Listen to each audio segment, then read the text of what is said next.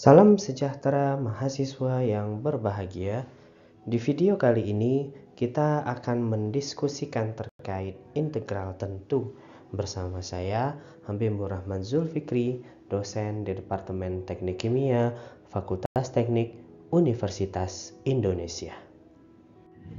Setelah memahami dengan baik konten dari video ini, mahasiswa diharapkan mampu menggunakan teknik jumlah Riemann dalam penyelesaian suatu integral tentu. Dalam penentuan luas daerah di bawah suatu bidang lengkung, aproksimasi perhitungan penjumlahan luas sebanyak n poligon dapat kita gunakan. Misalkan kita memiliki kurva bidang lengkung sebagai berikut. Kurva ini adalah fungsi f dalam kurung x yang memiliki interval dari a menuju b. Kemudian di dalam interval ini kita dapat membuat misalkan di sini sebanyak 7 poligon yang berada di bawah fungsi tersebut.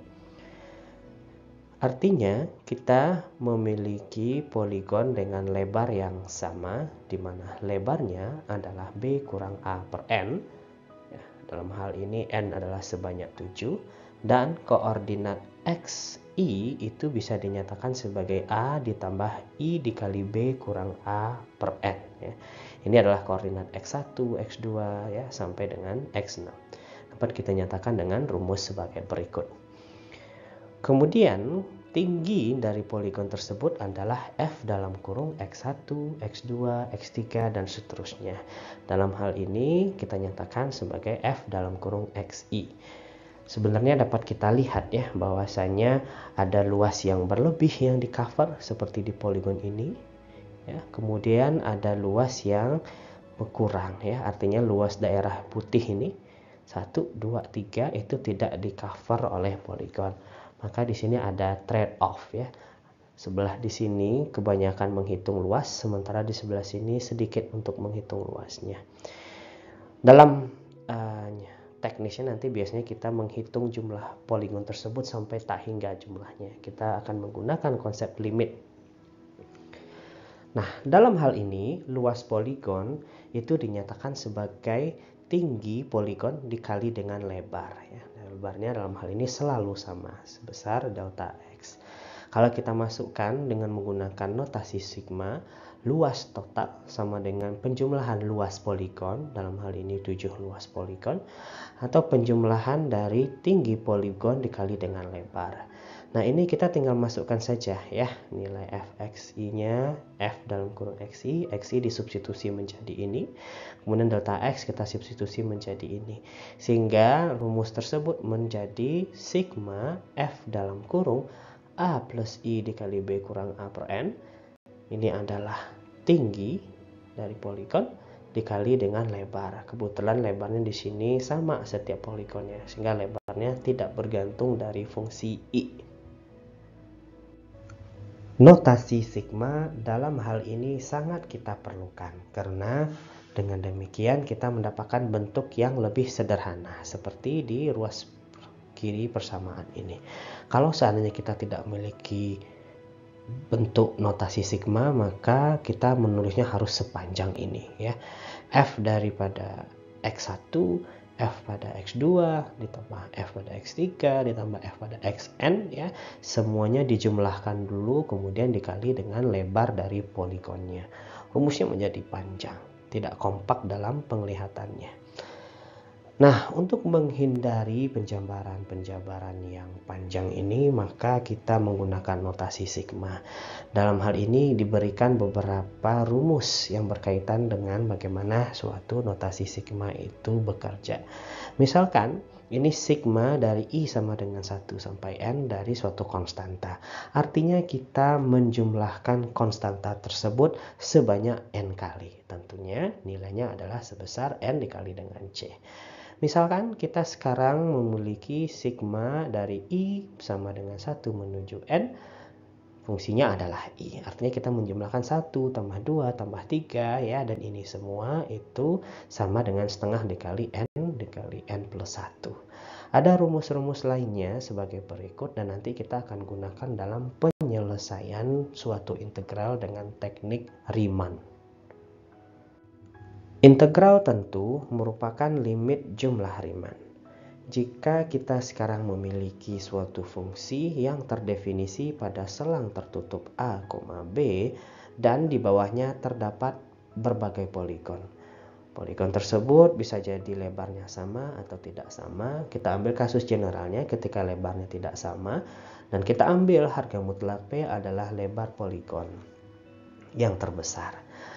Nah, maka limit dari harga mutlak P menuju 0, sigma I sama dengan 1 sampai N, fungsi fxi dikali delta xi, itu sama saja dengan integral A menuju B fx dx. Kalau sekarang seandainya lebar poligon tersebut seragam, maka delta xi sini otomatis menjadi delta x saja ya. Dan nilai fungsi tetap bergantung dari nilai xi. Maka limit dari n menuju tak hingga sigma I sama dengan 1 sampai n fxi delta x sama dengan integral A menuju B fx dx, dan sama juga dengan limit n menuju tak hingga sigma I sama dengan 1 sampai n f ya sebagai fungsi xi ya. Jadi ini adalah xi ya, dikali dengan B dikurang A per N, dan ini adalah nilai delta X kita. Perlu diketahui bahwasanya luas poligon di bawah sumbu X itu akan bernilai negatif ya. Itu disebabkan karena fungsinya bernilai negatif, dan luas poligon di atas sumbu X itu bernilai positif karena nilai fungsinya juga bernilai positif. Sementara nilai delta X itu selalu bernilai positif baik jika kurva tersebut berada di bawah sumbu X maupun di atas sumbu X. Mari sekarang kita coba menggunakan konsep limit jumlah Riemann dalam pengevaluasian suatu integral sederhana. Integral dari 0 sampai 3 x kuadrat kurang 4 dx. Kita perlu menentukan pertama nilai delta X. Delta X adalah B dikurang A per N. B adalah batas atas, dalam hal ini 3 ya. A adalah batas bawah, dalam hal ini 0, dan N adalah jumlah poligon. Artinya delta X sama dengan 3 per N. Delta X sendiri adalah lebar dari poligon tersebut. Kemudian kita perlu menentukan titik-titik di sumbu X ya. Dalam hal ini xi sama dengan A ditambah I dikali dengan delta X. A nilainya adalah 0, I nilainya adalah I, dan delta X kita masukkan 3 per N, sehingga xi sama dengan 3I per N. Xi menandakan letak poligon-poligon tersebut dari kiri sampai kanan. Dan tinggi poligon tersebut kita cari dengan rumus F dari xi. Nah, fungsinya adalah x kuadrat kurang 4. Maka fxi sama dengan xi ya, dikuadratkan dikurang dengan 4. Ini nilainya sama dengan 9i kuadrat per n kuadrat dikurang dengan 4. Jumlah Riemannnya adalah sigma i sama dengan 1 sampai n fxi delta x. Dan ini sama dengan sigma ya, fxi-nya sekarang kita ganti dengan rumus yang telah kita dapatkan, yaitu 9i kuadrat per n kuadrat kurang 4. Sementara delta x kita ganti menjadi 3 per n.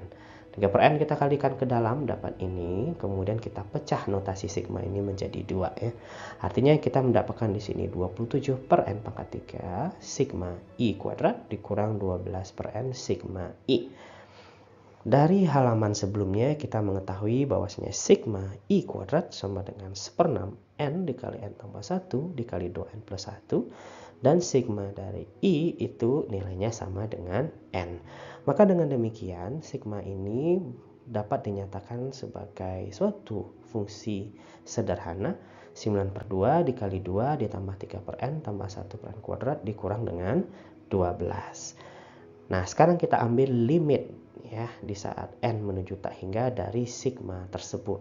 Artinya limit dari n menuju tak hingga dari 9/2 dikali 2 ditambah 3 per n ditambah 1 per n kuadrat, kemudian ini dikurang dengan 12. Dari sini nyata ya bahwasanya ini pasti menuju 0 karena n-nya menuju tak hingga. Ini juga pasti menuju 0 karena n-nya menuju tak hingga. Dengan demikian nilai dari limit ini adalah sebesar minus 3. Hal ini bisa kita dapatkan juga dengan pengintegralan secara langsung. Integral x kuadrat kurang 4 sama dengan seperti x pangkat 3 dikurang 4x ya. Ini adalah integral x kuadrat, ini adalah integral minus 4. Dengan batas 0 sampai 3, ketika batasnya kita masukkan, sehingga kita akan mendapatkan nilai minus 3. Nilai yang sama dengan cara limit jumlah Riemann. Para mahasiswa yang budiman, kita telah sampai di ujung video pertama terkait integral tentu. Kita telah melihat bagaimana teknik jumlah Riemann dapat digunakan dalam penyelesaian suatu integral tentu. Sekian yang dapat disampaikan, semoga bermanfaat dan terima kasih.